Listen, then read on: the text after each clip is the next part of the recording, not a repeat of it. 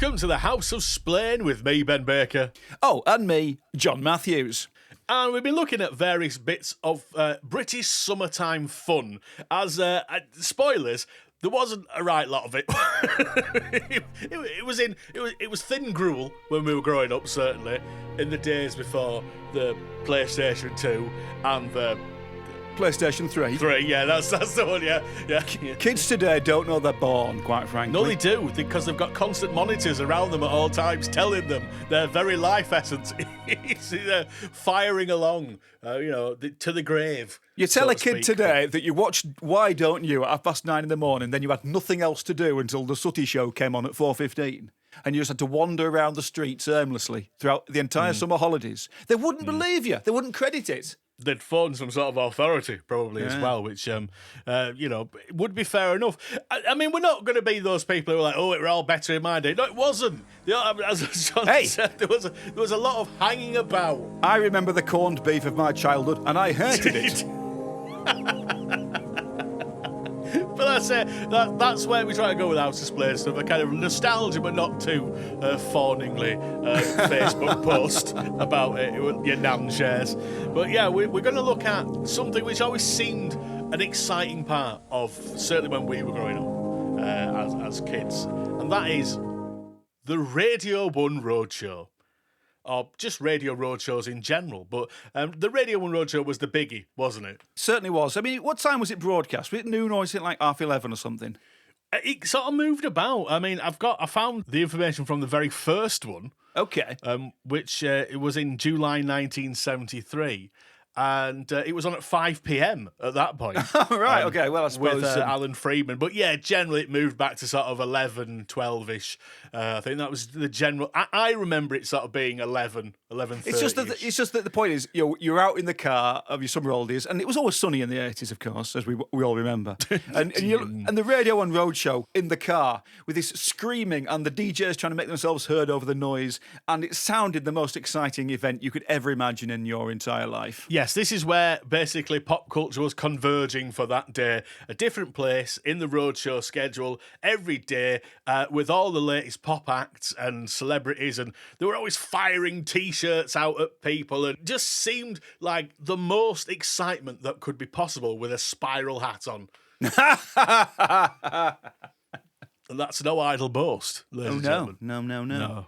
Did you ever have one of those golfing visors with a translucent green or red brim? Do you know, I never did, and I feel that in my forthcoming hobbies as a croupier, that would be a winning purchase from Poundland for me. I quite like a visor now. I think we look good in visors. We should get them for this. We're going to get visors. We're getting visors, listeners. I mean, hopefully, we never know. There might be a picture of us wearing visors right now. We don't know. If there's not, we'll cut that out. Don't matter. No, it's staying. Oh, damn it.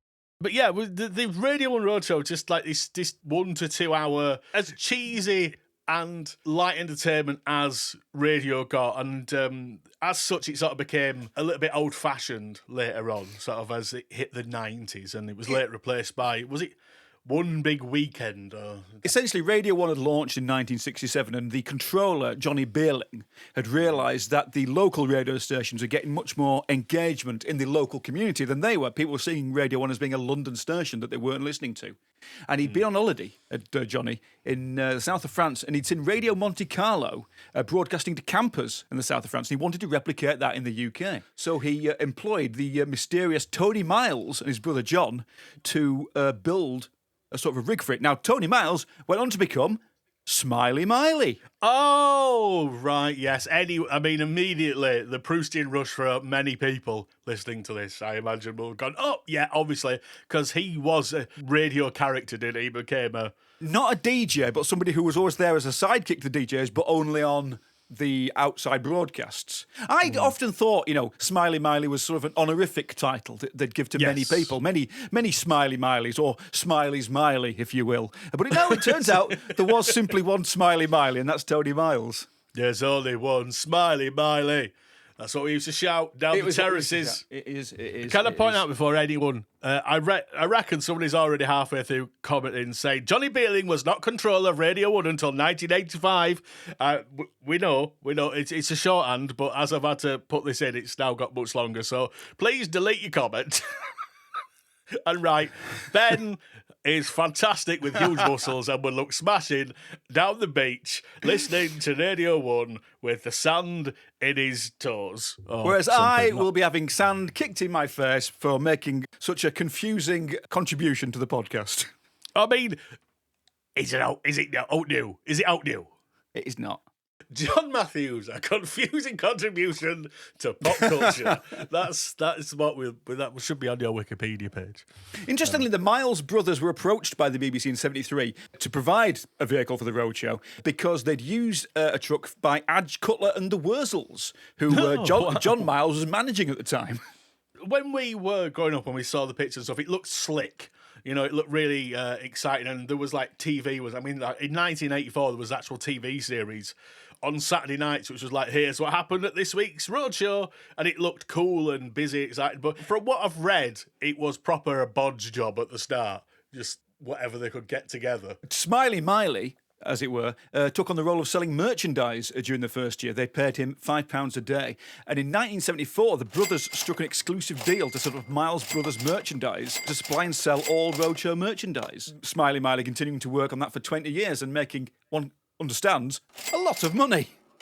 Well, that's just it. Again, it's that thing. It's like it was all done sort of, on a wing and a prayer. And like the BBC would never allow someone now to go, yeah, I'll keep those rights if that's all right. And stuff. It'd be like, big business. But it was all just like, get some blokes, got a truck, yeah, that'll do. Put some people in a truck. And that's basically it, isn't it? That's what it is. You've got a DJ on stage and they introduce on various acts. Presumably all miming their latest hits or hopeful. I'm going to say hopeful hits for some of them because I remember there was some right old tut appeared like hoping to break through. You say right old tut, you mean inverted commas development acts. Oh, is that what it is? Sorry, you're the industry man. You're the industry man, so that's fair enough. So these went on for a number of years, a number of decades even. It's first one in July 1973 with, do you know who? Haven't you already told us? Did I? Was it? No, it wasn't, did he? Ken Dodd? No, Ken Dodd's dad's dog has sadly passed on to the... final veil. It was Alan Fluff Freeman, yes, if I did say I did not. I don't know. And it was at Fistral Beach in Cornwall. Have you ever been to Fistral Beach? How rude. No, see, it sounds like I'm being dirty. I'm not. It's just its name. I've never ventured that far south. My God refuses to allow such a thing. There's another thing in this Smiley Miley thing. The one thing a lot of people remember Radio 1 roadshows for was the pranks that all the wacky, zany DJs got up to. And Smiley Miley claims he was responsible for many practical jokes. One of them was that he once blew up Mike Reed's guitar at a roadshow in St Austell, which I consider him worthy of a knighthood for, quite frankly.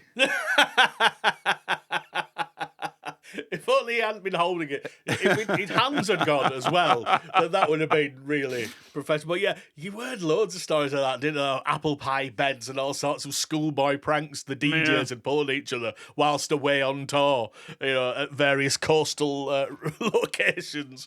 And it all sounded... When you're a kid, it sounded very fun, and as an adult, it makes me feel very exhausted. It just sounds awful, doesn't it?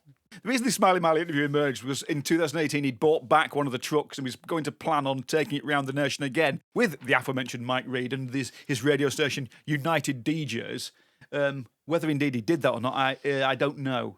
But well, if he didn't, he'll just put it in a chart and make it up anyway, so it's fine. Yeah. Still alive as far as I'm aware, Smiley Miley, last time I checked.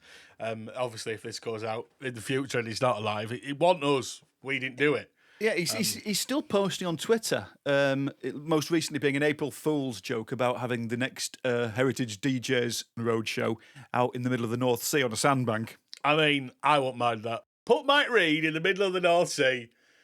Tell him you're broadcasting. I'm just saying it'd be a better world. And you could make up as many charts as you like. It wouldn't make as much sense.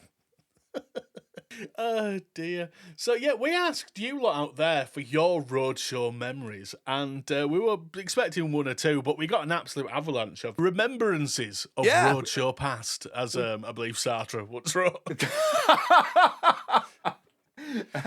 The House of Splain postman doesn't usually have a good big job on, quite frankly, but he's had to bring 2 sacks with him this week. Proust. It was Proust. I mean, the joke was meant to be Proust. I've realised now. Sorry. But it's fine. No, it's fine. Shall we do it again? I'll just copy and paste it back again. No, I feel it's I feel the moment's passed. Fine. Before we get the letters, did you ever go to a Radio 1 roadshow? No. Oh. Well, a great anecdote that was. Brilliant. Well, that's why I didn't lead with it. I was that, but I was listening, like certainly from like the 90s onwards, probably late 80s onwards, to be honest with you. And it, we were always listening to it, and it was something I always wanted to do. But I live in Yorkshire, and the coast was not that near. Yeah, I suppose you're right. So Blackpool would be the nearest. And I don't recall it going to Blackpool that often because there's not a great lot of space it could go on, really, is there? When you think about the beaches there, they're quite narrow. Now, I saw it in Blackpool in '98. The Cube Boys had just started, and I'd gone along with a load of CDs to sort of frisbee them towards the stage and see if I could decapitate All Saints or something. That was with... Oh, it was Kevin Greening and Zoe Ball on the 3rd of August. That was it. But it was on the prom. It was underneath the tower, where the comedy carpet is now. Oh, yes. Yeah. No, that would make sense. Maybe it's just me. Maybe my parents... It's like, saying to me that when the ice cream van puts its chimes on it, they've run out of ice cream. Maybe that was they were just lying to me. Saying, no, it never came anywhere near. So, It would always explain where it was, and it would always be somewhere like the Sunspot Hotel in Rail or Yuki or Western Superman. Western Superman I didn't realise was a real place for many years. I just thought it was something they made up on the Radio 1 Roadshow. But no, if you didn't live near the coast, you wouldn't get to see it. And living in Preston, I never did. But in '94, it inexplicably came to Preston. It came inland. And despite the fact I was... well, in my 20s by then, me and my sister wandered along to have a look and see what was going down. And what was going down was Atlantic Ocean, Nope. Glowworm, Oh, yeah. Carry me on. and Skin, the rock band. What year was it? 94, 31st of August, 94. Okay, yeah. So I only really remember them a little bit after that How Lucky You Are era, but yes, I do remember Skin. The thing is, I remember us going, and I remember none of those acts. I remember Optimistic being there, but it turns out they weren't, so I don't know what I was thinking of. I sort of proto-steps from the mid-90s. Ian Levine produced them. Are you spelling that in a comedy fashion by any chance? Optimistic. Yes, so the yes. I think it's a clever pun, but I'm not sure what of. It's a clever pun of English educational standards. The band who did most for the English language, Slade, did play at the very first roadshow, doing Squeeze Me, Please Me. So 2 wrong spelt words there. The other one is just a repeat, and 2 letters, so it's hard to repeat. So you see, it's all in the ether, isn't it? It's all there. Spelling, pop music, the whole works. The low quality of British educational standards is all down to the Radio 1 Roadshow. I think that's what you're saying, isn't it? We didn't get many stories in about bunking off, but I've definitely read a lot of people said they'd bunk off to the Radio 1 Roadshow because it'd start in June. Yeah. And obviously most British schools sort of didn't really break up till end of July. If it came, schools would say, yeah, don't go to the Roadshow, you'll get detention, and people would just do it anyway. Look at this 94 one. Yeah, there was like a week. It must have been the May bank holiday, 30th of May to this 3rd of June, 94. Then it kicked off properly in 18th of July. I can imagine if you did live by the coast and you could see or hear the roadshow crowd in the distance, you'd want to skip out and have a look. Yeah, oh, definitely. No court in the land would convict you. But you know what? I'd let them catch me. They would. They catch me quite easily. I'm very slow. You're quite sprightly. For an old man. I've got a dodgy knee. It's touch and go. And if touch and go were on, doing Would You, that would have been all thematic. But that came at Christmas, actually, so they wouldn't have. So just forget a sport. Just forget me here. Just forget I'm alive. Sorry. before we get the letters are coming, listeners. They're definitely coming. It's just I've just realised that a lot of the time of listening at home, it was like DJs playing records. It wasn't all bands. They'd play records to the crowd whilst they threw sort of funny hats into the crowd and sweets or what have you. But so when you're listening at home, you basically listen to a normal radio show for a lot of it. 60% of it was just records being played. I always thought, it's just being piped in and sort of stuff. There is video camera footage of various ones, and you do see DJs actually queuing up records and stuff. So it's like they're actually playing the records live into Radio 1, who are obviously broadcast it back out. And I just thought there must have been an easy way of doing that.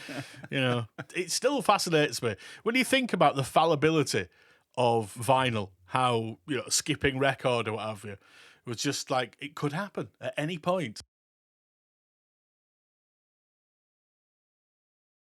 So, have we got any letters? Oh, we've got many letters. And I think you've got the first one there from Alan Boon. Here it is. I'm waving the letters in the microphone just to prove it. Alan Boon, whoever that is, messages to say, I went to one in Northampton Racecourse in 1995, hosted by Clive Warren. No. We got Sean Maguire, Happy Clappers and Nightcrawlers. It was sunny, but the beach was 80 miles away. So I always remember there being one sort of weird alternative sort of act that didn't really belong on these, but there's not one there really. They were all and that was Sean Maguire, Britpop star Sean Maguire, who taught Blur everything they know. 2 years off is magnum opus. Today's the day. At that point, it was Tegs off of Grange Hill, and is it Aidan that he played on EastEnders? That sounds about right, doesn't it? When he was Irish, sort of. And now he's like he turns up in all sorts of American programming. What do we know about Clive Warren? I know that Clive Warren, one of the great voices. I think he runs like voice academies and stuff, teaching people how to do voiceovers and that. And he'd been on children's ITV in the late 80s. Of course he had. Yes, he was not a face for TV necessarily. Not that he was, an ugly person, but he's just like he looks awkward.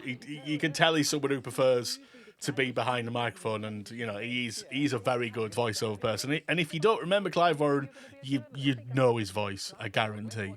Well, it was a regular stand-in, wasn't he, for people on the breakfast show and stuff. And it says here on the UK Top 40 chart for Mark Goodyear. So the premier prestige broadcast that he'd stand in for that from time to time. Yeah, and yet, if you turned up to the Roadshow and it was Clive Warren and not, a bit of a letdown, you'd be is it not?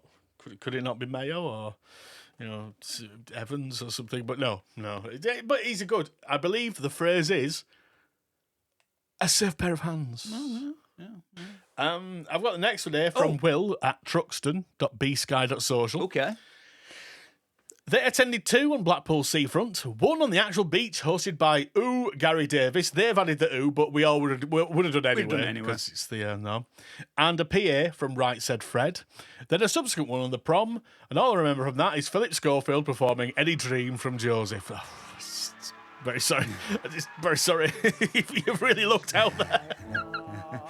For people who have unimpeachable reputations in the 21st century, Gary Davis is luckily. Gary Davis has not, as yet, disgraced himself. Well, no, in his trousers, and he's very tight. I remember when you saw footage of him on those, he had very tight tennis shorts, white tennis shorts on, and it was.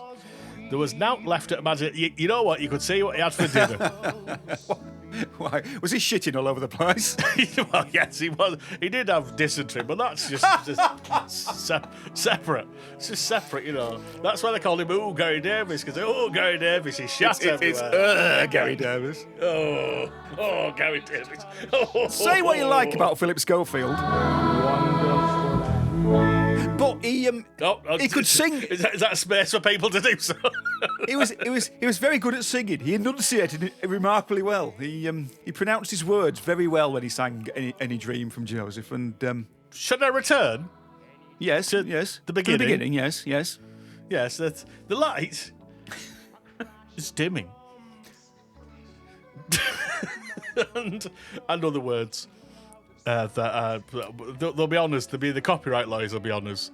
The Joseph police, but I love Joseph because we did it at school. Partly because it had been revived with Jason Donovan and Philip Schofield. Don't know what connects them. Just 2 random names. Definitely no connection between the two. I mean, probably about 10 years before that, we did it, and we sort of did a prom performance at the Preston Guildhall of us singing some songs from The Amazing Technical Dreamcoat, and I bullied my way in despite not being able to sing a note as a child. I mithered the teacher so much, she said, all right, you can come along, but just don't sing out loud, just mime the words. So I have performed at the Preston Guildhall. And who's the pop star? Platinum Records, gold, silver, zinc, adding as appropriate records. Philip Schofield, isn't it? Oh, yeah. But also, terrible crimes. Not convicted, not illegal. No, nothing, no, please, let's... But unwise. Yeah, very much so, you know. If you could consider the opposite of Morecambe and wise, it would be un-Morecambe and unwise. Moving on. Move on. Dinga has said, it used to get massive crowds in Southsea. I only went once myself, too busy being away with the Navy. Oh, get you, Dinga, in the Navy. Proper job, not like the rest of us. But I do remember seeing The Men They Couldn't Hang and Timmy Mallet. Question mark, 1990. The rumour was that Timmy Mallet had turned up in Plymouth by mistake. I did find this. It was Southsea in 1990, and I was like, The Men They Couldn't Hang played Radio 1. I said, bollocks. I know I found photos of it on a Facebook group and everything, so it definitely happened. It feels. You feel like a Warner's A&R man has suddenly put their foot down at some point in some meeting and they're like, look, lads, every single you've made is going to number 68 in the charts. We need to do something. We're going to drop you unless you go and hang out with Timmy Mallet. And did it do any good? No, it did. I don't believe it did. They've always made a cult. They've always made a what? Cult. I'm gonna look them up. The Men They Couldn't Hang. Let's just see if they've got any chart positions around 1990. Both their singles failed to make the top 100 in 1990. When I said all their singles got to 68, I was being very optimistic, in fact. All their singles seemed to get to number 94. Oh, dear. I like what I've heard, but I've not listened to her a lot, I must say honest.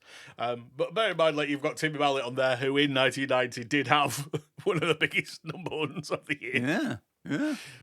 ChinnyVision wrote in to say, partly on the response to Dinga's comment, to say South Coast Week was always well attended, and I think Southsea holds the record. I witnessed one of them, but he had no hope of getting anywhere near. And Steve Wright apparently liked doing South Coast Week because he could drive home to Henley each night rather than stay at the hotel and doing shit PAs and discos. They had. I went into the Bakers in Bude the other year wearing an 80s Radio 1 t-shirt, sold to me by the actual Smiley Miley on eBay. And that was a pause for you to go, woo! Whoa. Woo! Smiley Miley hasn't shot himself. Yeah. Allegedly. The lady behind the counter told me what a huge deal it was when they came to the town, as nothing ever happened down there and transport links were poor to visit entertainment venues. So for one day, yeah, the roadshow rolled in, you didn't give a stuff who was on, whether it was some crap act miming, it was something, anything. The whole town came to a halt. And more locally, I recall hearing a story from Southsea where one year Pompey became so rammed with traffic due to the roadshow, there were police escorts from the top of the M275 down the front for some of the acts. Is it M27? It's 275. I don't know. Smiley Miley not shitting himself. That was one of his games, wasn't it, during the show? Slimy Miley. I would assume that they would all take turns in trying to poison his food, the other DJs, and because one of the games, they'd see how far he could get through the show. One of the games they played was and the kids today won't believe you when you tell them this, it was Smiley Miley's mileage game, where they had to guess, quintessence had to guess how far the truck had gone since the last Radio 1 Roadshow. I mean, it became an actual board game at one point. It's the sort of thing that the sort of Radio 1 DJs who had driving gloves, like the Noel Edmondses, your Dave Lee Travises and stuff, would have found a very fascinating game. Oh, 100%. Absolutely, yes. I quite agree. And there is always that image with the roadshow, when you think about them, you do think of kind of the 70s and 80s heyday. Some of the DJs which might not be brought up much these days for various reasons. Alpha Guru on B-Sky says, we got one in Worthing in 1975. I remember nothing of it except that a lot of Burr City Rollers fans in their tartan apparel spent the afternoon jumping in and out of a pond. This is why punk had to happen, quite frankly. I mean, there's that famous story about, I don't know if that was a roadshow or not, where it was like at some racetrack. Do you know this story? And there was kind of islands, and they had basic rollers on, like race cars going around, because obviously, like Edmonds and that, big speed freaks at the time. And for cars, not drugs, obviously. Dole Edmonds has never taken drugs in his life, and I will go to the grave believing that. The fans were mad for basic rollers, and they were running in front of sports cars, firing around this track because hormones, I guess. William Bevan writes, I never went to one myself, but an older kid at school ended up in court for going to Radio 1's Roadshow in Swansea and flying a rude banner. Okay. Simon Bates says sexual swear words warning here. The court he's put as bearing an obscene word, to wit, as the magistrate was informed.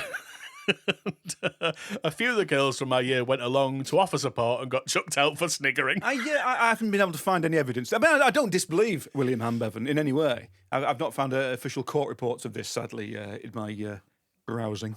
No, you see, it's the Radio 1, they've got all them bodies they buried in the 70s.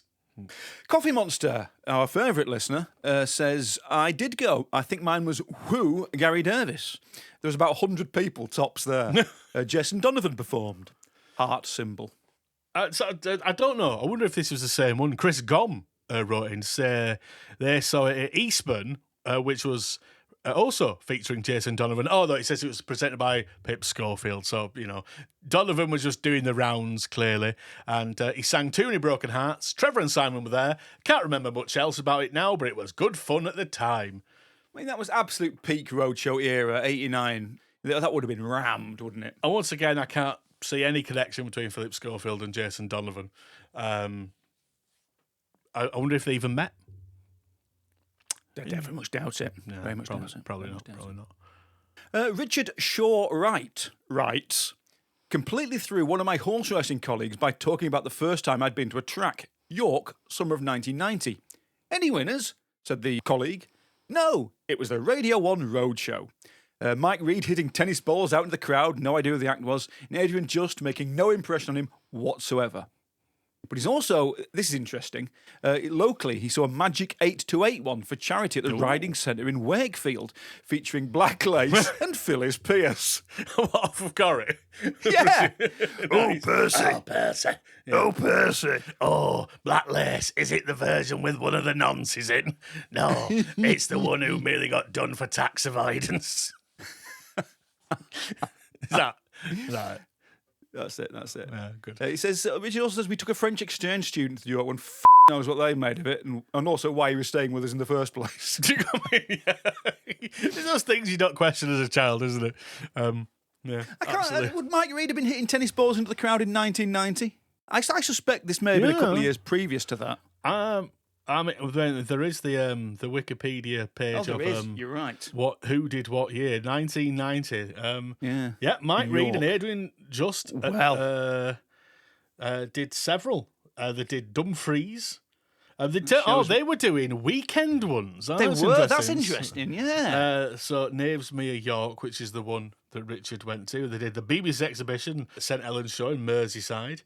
And the Sandcastle car park in Blackpool. Oh, Dinga going for Plate Crystal Maze experience. You don't think about Reid still being there in 1990, you really but he flipping don't. was. No. Still better than having to see Liz Kershaw. So, yeah.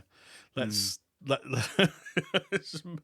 swiftly on to Simon HB from the wonderful No Rock and Roll Fun, who says October 28th, 1989. That's quite late.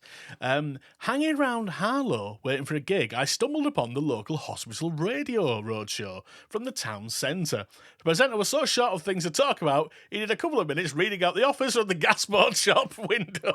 You see, this is why I have a lot of respect for people like that, because, you know, if I was doing that and I don't have things to talk about, I'd just sort of sit there in silence. But you've got to keep talking. What can you see? Yeah. You read it out. Brilliant. I mean, great. As a jock myself, I can confirm just keep talking is definitely the motto. Yeah. These local ones are also fascinating because I, as a brief pop star. Never did a Radio 1 roadshow, but I did do a bunch of local radio roadshows and various assorted county shows and things like that, which we may get to in a later part of this podcast. We simply haven't decided yet. I've got to be convinced to talk about my pop star past because, I don't like talking about it very much. Well, maybe we'll look at, if people are interested, type in the comments, I would like to hear more about John Matthews' fabulous pop star career, and we'll get onto it. Drivelcast, whoever that is, says, this is weird. I remember going to a Radio 1 roadshow, but couldn't remember where. So I checked the wiki page, and apparently it was Hunstanton in 1999. I have no recollection of ever visiting Hunstanton, but apparently I did. I do remember I was on holiday with my girlfriend at the time. We heard it was on, so we went, despite her being much more into goth metal.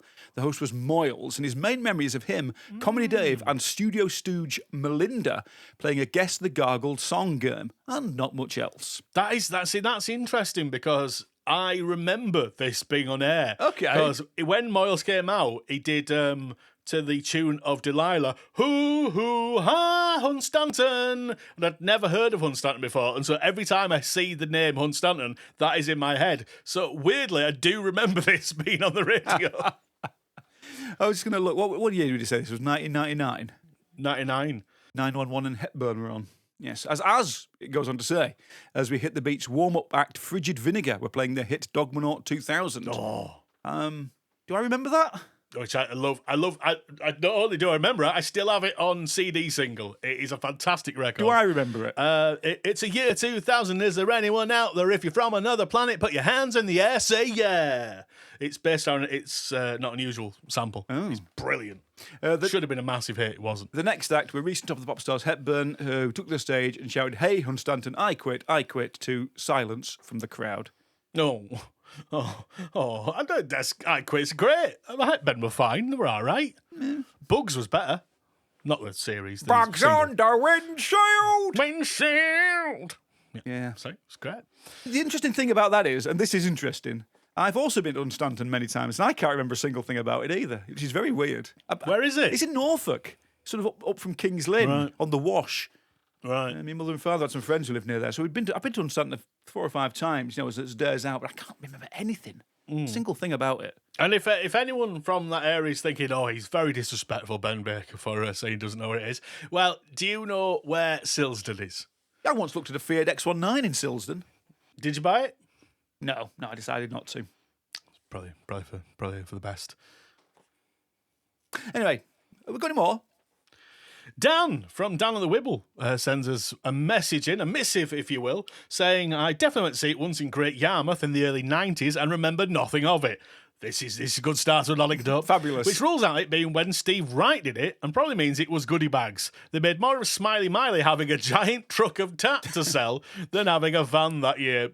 Yeah, there you go. Those merchandising rights, he didn't give them up easily, did he? No, and presumably they had everything to sell back then. The 1FM era at that point, because that was it. They were trying to sort of update it before. Obviously, everyone talks about '93 when Bannister came in and sort of threw the baby out with the bathwater, and also the bearded old men.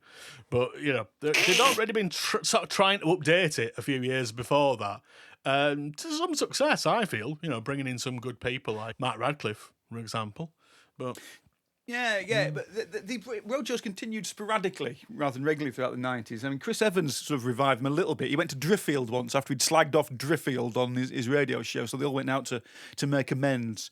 Then there was the famous time they all went up to Inverness for a week in, was it 97 or 96 something, and caused absolute chaos and disgraced themselves incredibly. There's a BBC Two documentary about it. They did a Radio 1 night at one point. It was part of that. Maybe 98-ish, 90, something like that.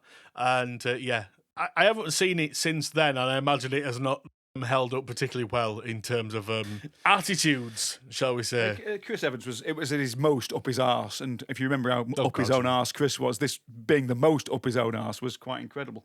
A bloke called Titch McCooey had his own local show on and was trying to get publicity out of it. He turned up when Chris was in a meeting with his accountant in the hotel.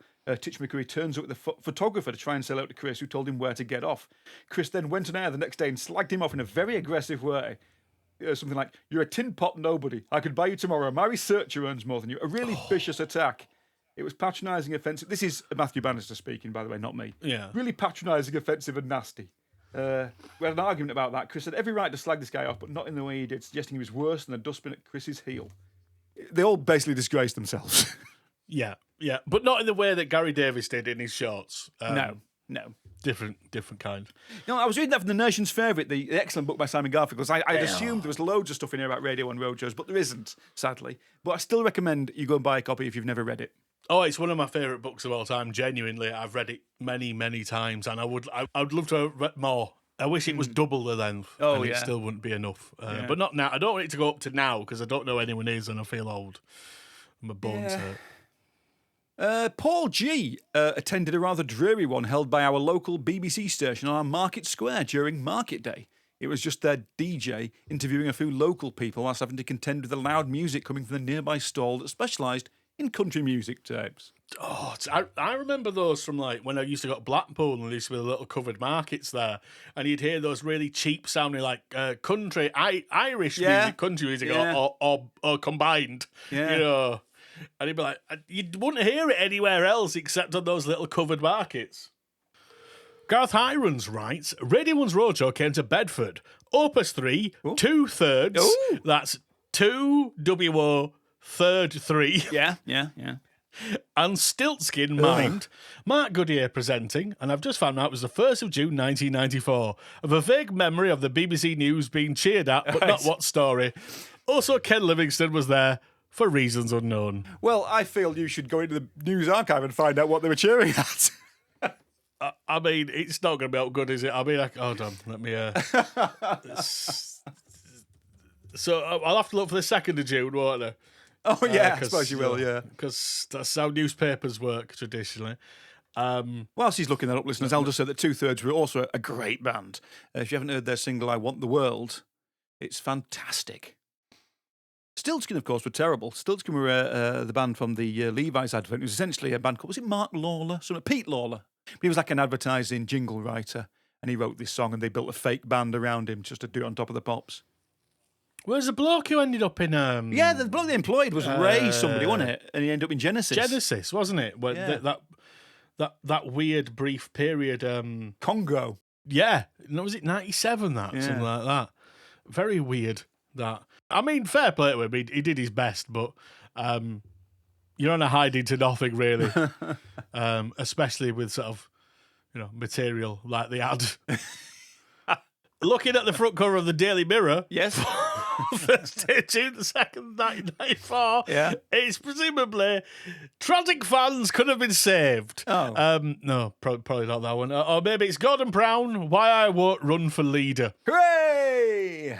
Or perhaps it's Galloping Grandad Willie Carson thrilled the Queen at Epsom yesterday as he stormed to victory in the Derby. Could have been that.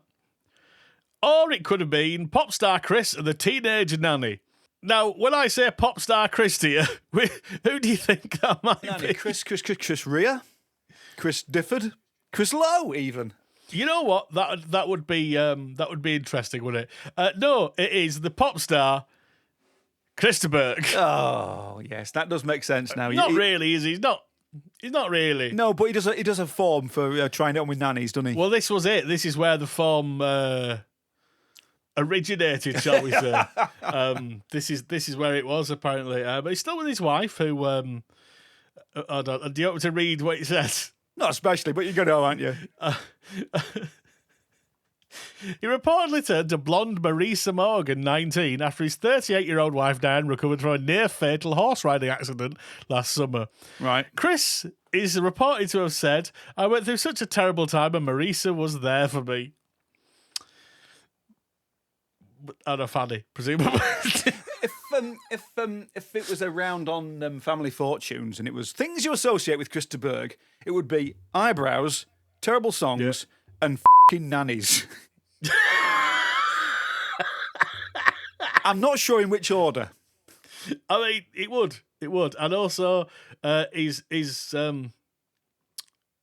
attractive daughter, who he seems very No, you know what? We'll just pretend I didn't say anything there. We'll ease out of that one. Because apparently there's footage of this one on YouTube from something called Effort TV, which seems to be some annoying teenagers with a video camera. I'd like to know more about that. If you know anything more about that, please do tell us. And also, apparently, Radio 2 were there the same day, and I found a lovely picture of Ackerbilk. Oh, fantastic. Do you want to see the picture of Ackerbilk? I do want to see it now. Yeah, I don't. Oh, there he is. You can tell it's him because he's got his bassoon with him. Veteran jazzman. I don't know why that's funny, but it is. On Saturday, veteran favourite Ed Stewpot Stewart will be hosting the event. So, yeah. Lock up your daughters. Yeah. And granddaughters. Literally. Who's next? Sorry. Right. Next, it's Lord Arse! Exclamation point. Who reports, we went to one whilst we were holidaying in St Michael's Mount, Cornwall. I was very young, but I remember Mike Reed was hosting, and we left with one of his tee-hee mugs. That's tea spelt T-E-A, as in the beverage, he as in the second half of the phrase tee-hee, when you are laughing. Not the one in the photos, but I wouldn't be surprised if my parents still had it. There it is, Mike Reed's tee-hee mug in a strange old font, that. There he is, Mike Reed himself. He's saying it. He's saying what it is. Mike Reed is explaining it is his own mug. Yeah, yeah. And I suppose when you heat it up, it gives some of his abhorrent opinions. Like one of those nudie pants we clicked. Kimbers says, Radio 1 Roadshow, Peterborough, around 1994. I remember there was only a handful of people there. The Manic Street preachers mimed and hated it. This is the Holy Bible here. The man he's doing there. James Dean Bradfield put his hands in the air to show he wasn't playing his guitar. Total shit show. Again, Peterborough's very inland, isn't it? So, yeah, they were doing these inland ones by the mid-90s, probably a lot more sporadic, weren't they? I'm curious if there's footage of that, because there must be. Oh, by that era. But yeah, that's sort of the end of the roadshow, really, isn't it? It's sort of revived it a little bit the following year. But yeah, the Manics being on. There's clips of them at Margate in 93, the Manics. They did Faster and Motorcycle Emptiness. Right. And there is a picture of them, indeed, at the roadshow, with Richie there staring into space, thinking, "Oh, I might try some of that suicide."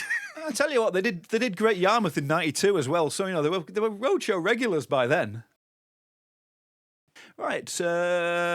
Mark Dove reports. The largest one, 1992 in Sutton Coldfield, for Radio 1's 25th birthday.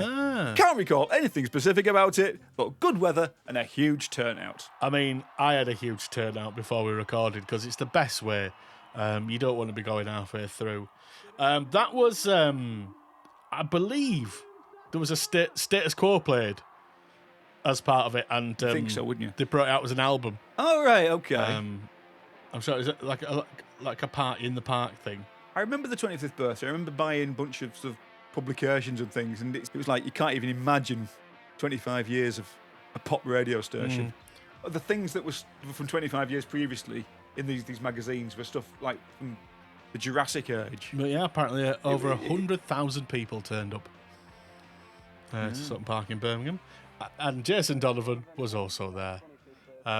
There's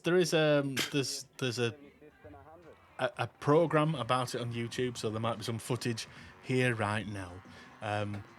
There might not. I don't know. I'm not you, Dad. Be weird if I were. Amateurs at amateursmusic.bandcamp.com writes, in the late 80s, Central Television, part of ITV, tried to copy the Radio 1 Roadshow and did their own, but around the Midlands. I got a free spiral cut paper hat and met grot bags. And also, another CITV presenter I can't recall the name of would have been Tommy Boyd Standing.